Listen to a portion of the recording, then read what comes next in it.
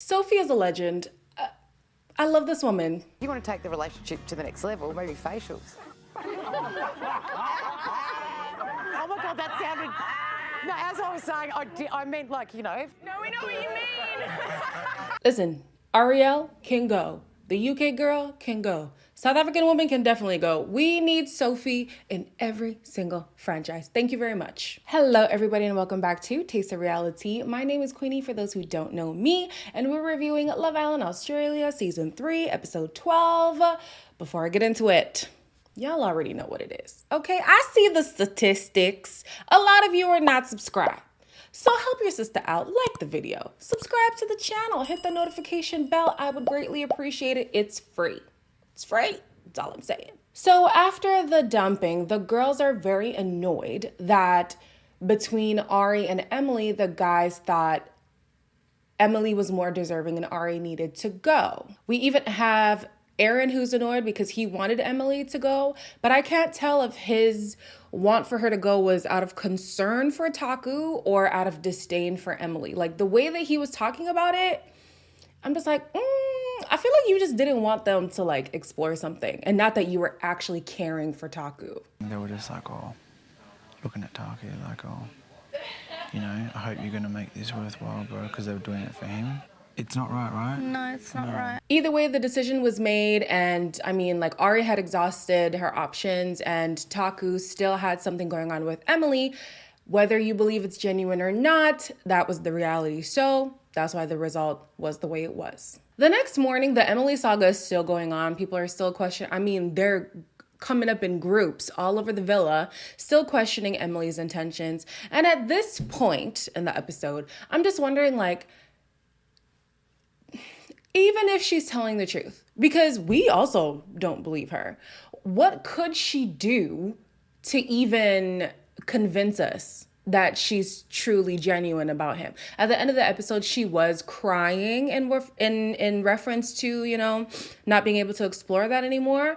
But I'm still like, I don't know. And I don't know if there's anything she could have ever done to make us believe her. So yeah, I feel like it was a losing battle.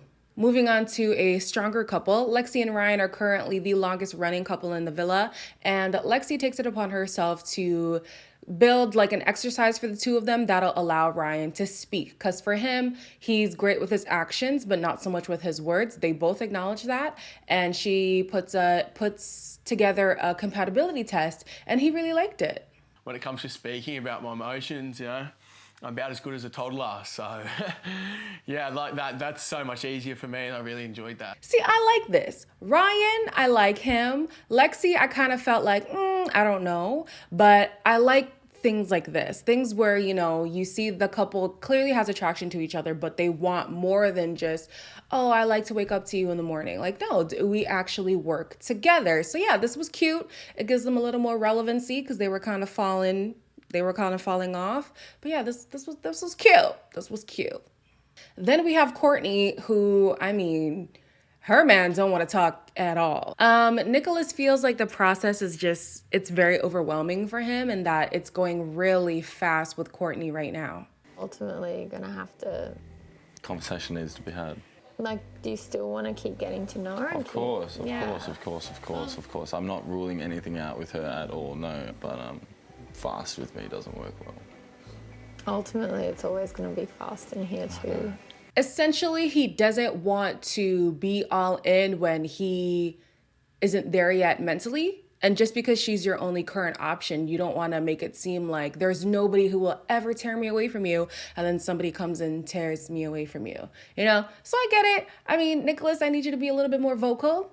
He did pull her aside and tell her, and that's great, but, you know, you could be a little more forthright with this information, because he's one of the guys that I like. So, yeah, I don't know. I need you to be more vocal, especially with Casa Amor around the corner.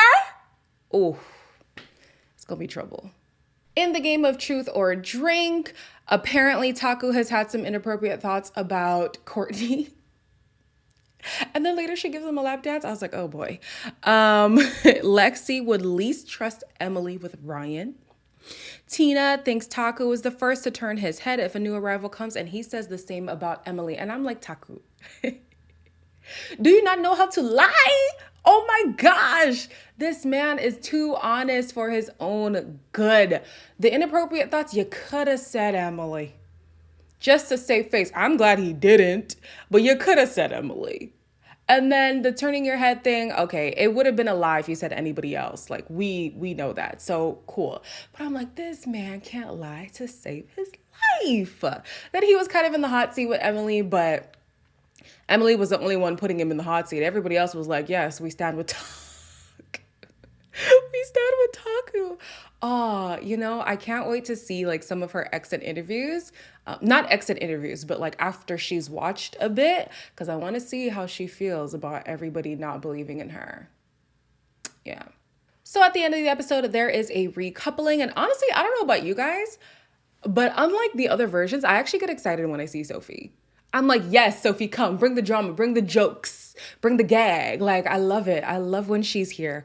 During the recoupling, it was women's choice, and Emily picks Taku, Lexi picks Ryan, Zoe picks Chris, Courtney picks Nicholas, and Jess picks Aaron, and Tina picks Mitch. So no surprise there. She goes on to say, Australia has been voting for who they think is most likely to leave with a love connection, and the woman with the least amount of votes gets dumped.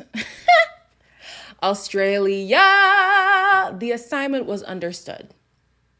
The assignment was understood, handed in early, and got extra credit. Okay? I wish this is what US gave us. The US was not doing it.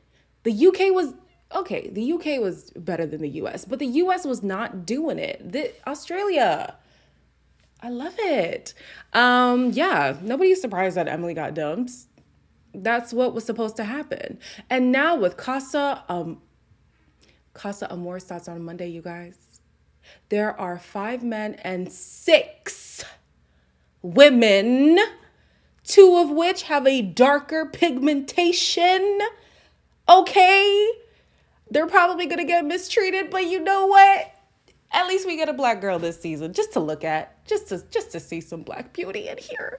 I'm excited.